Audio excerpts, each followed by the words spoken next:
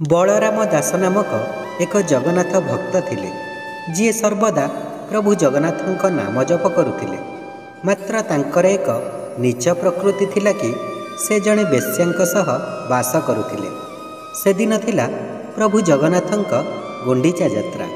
मात्र बलराम दास बेश्या प्रेम भूली जाइथिले निज प्रभु जगन्नाथଙ୍କୁ।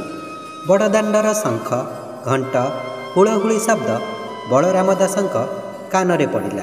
चेता पशिबारु से दौड़िले चकानयन दर्शन पाई बड़दाण्डकु। चकानयनकु देखि भावविह्वल नेत्ररे से रथ उपरकु चढ़ीगले।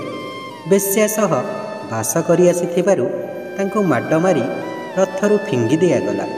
बलराम दास प्रभुଙ୍କୁ अनाई कांदी कांदी चलीगले बांकी मुहाणकु। सेठारे से बालीरे तीनोटी रथ तोली कहिले, सतरे जदि मु तुम भक्त श्रीक्षेत्र छाड़ी मो रथरे विजे कर महाबाहु। भक्त भावरे बंधा कालिया ठाकुर बलभद्र और सुभद्रांक सह बाली रथरे विजे कले महाप्रभु।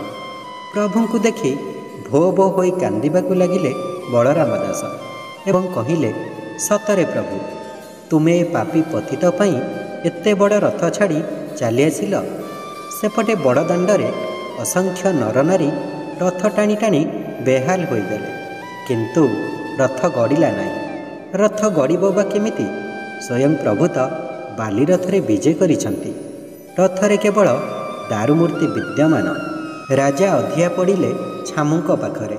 प्रभु कहिले, जदि मो भक्त को ससम्माने रथ को न आण, तेबे मु मो भक्त सह नीलाचल छाड़ी चलीजीवि। राजा तुरंत अन्य मानक सह गले बांकी मुहाणकु। अपमान करिथिबा सेवक माने क्षमा मागिले बलराम दासଙ୍କୁ। बलराम दास आसिबारु रथ गड़िला एवं खूब शीघ्र गुंडीचा मंदिर रे पहुँचिला। सतरे आम महाप्रभु भक्त भावरे बंधा। भक्तंक पई से सबु किछि त्याग करि पारंती। तांको केवल भाव द्वारा ही आमे बांधी पारिबा।